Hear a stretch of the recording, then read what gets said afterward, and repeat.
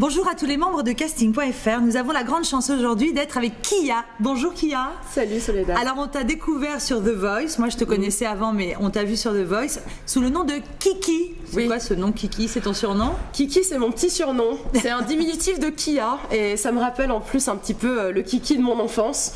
Donc je me suis dit allez, ce sera Kiki.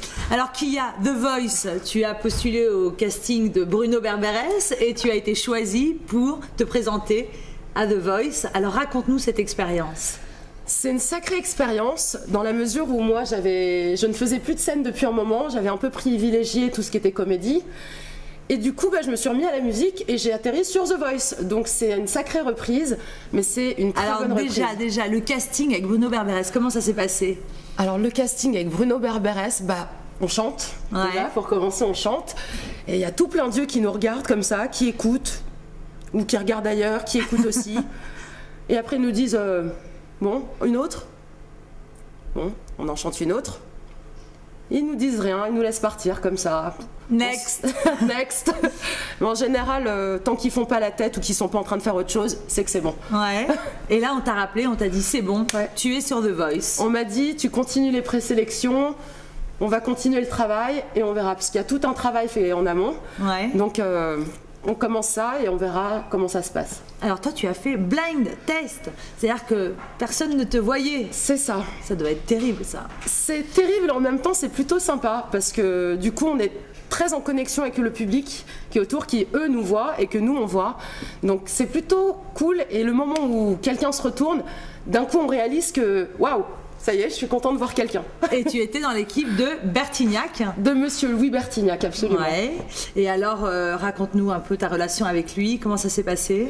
Louis Bertignac, c'est pas un enfant, hein, c'est un monsieur qui a fait des sacrées choses, qui est un très bon arrangeur, un très bon musicien, très bon compositeur, enfin, toutes les casquettes qu'on lui connaît.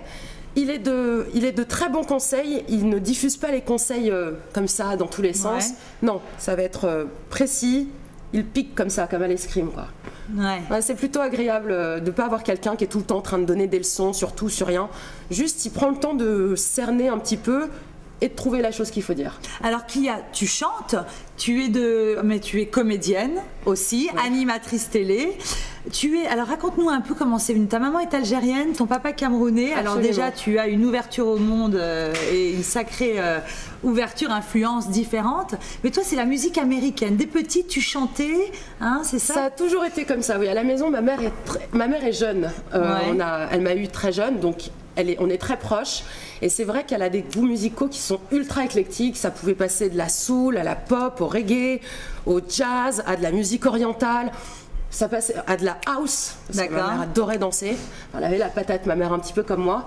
Donc ça passait un petit peu par tout ça, mais principalement des trucs américains, quoi. D'accord, ok. Et voilà. Toi, tu t'es vite dirigée vers le gospel, je crois, c'est ça? Oui, j'ai commencé en fait par, comme beaucoup de chanteuses, par Mariah Carey et Whitney Houston.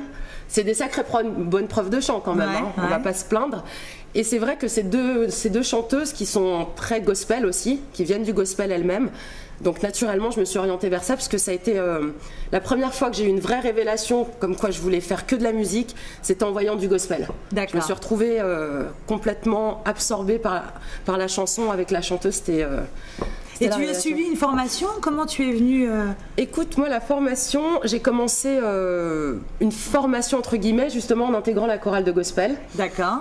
Donc tu apprends à écouter les autres tout en t'écoutant toi, c'est un très bon exercice. Après j'ai été amenée à prendre des cours par moi-même, pas très longtemps. De théâtre aussi, cours Florence je crois. Alors cours de théâtre, ça est venu plus tard. D'accord. Enfin, j'en faisais quand j'étais toute petite, j'en ai fait quand j'étais au lycée, mais c'est vrai que j'ai approfondi plus tard en assistant à des workshops d'un monsieur qui s'appelle Jack Walter, qui t'apprend la méthode Actor Studio. Meisner, Strasberg, tout ça, c'est lui. Enfin, il a étudié avec ces personnes. Et j'ai fait cours Florent, mais pas très longtemps. Je suis restée un mois comme ça au cours de Steve Suissa, en cours caméra, histoire de voir un petit peu. Mais ma formation principale, c'est Jack Walter. Alors dis-nous, tu passes beaucoup de casting, j'imagine? Écoute, ça va pas mal. Est-ce que tu as des astuces, des conseils? Comment tu fais avant de présenter un casting? Quelles sont tes petites choses, petits secrets pour te présenter? En général, moi, quand je vais à un casting, déjà, j'essaie d'être naturelle. Parce que Ça, c'est un bon conseil. Oui, il faut d'être soi-même. Voilà. Après, si c'est des castings où il faut jouer la comédie, oui, il faut être le personnage, d'accord. Mais si c'est un casting où on te demande rien, déjà, sois naturel. Parce que c'est ce dont ils ont envie. Ils ont envie de voir quelque chose qu'ils attendent pas. Quelque chose de différent. Voilà. Ouais. Et c'est un conseil que m'ont donné des directeurs de casting. Tu vois, là, t'as rougi. Eh ben, c'est parce que tu maîtrises pas tout, et c'est ça que j'aime bien voir. D'accord. Et ils ont raison, je pense. Finalement, ne pas chercher à être parfaite, mais se laisser aller, être naturelle. Exactement, la avec perfection. ses défauts, ce qu'on estime des défauts qui sont parfois des qualités. D'accord. Se relaxer. Moi, j'écoute beaucoup de musique, forcément. J'écoute toujours de la musique avant les castings ou pendant les castings, selon l'atmosphère qu'il y a.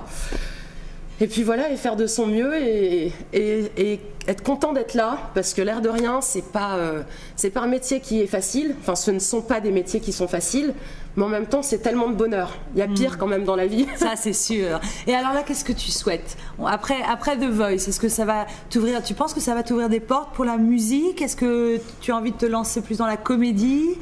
Je sais qu'en France, on veut mettre des cases. Alors peut-être que tu es juste une artiste pluridisciplinaire, comédie musicale, pourquoi pas? Écoute, quel serait ton souhait? J'ai pas envie de me limiter parce que j'aime faire plein de choses. Après, si je les fais mal, il faut tout de suite m'arrêter. Ouais. Ça, on est d'accord. Faire plein de choses et mal les faire, ça sert à rien.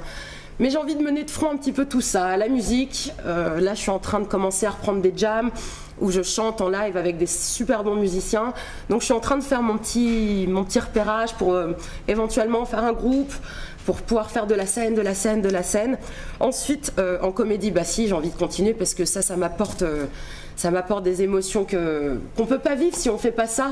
C'est pouvoir se travestir, être quelqu'un d'autre à chaque moment.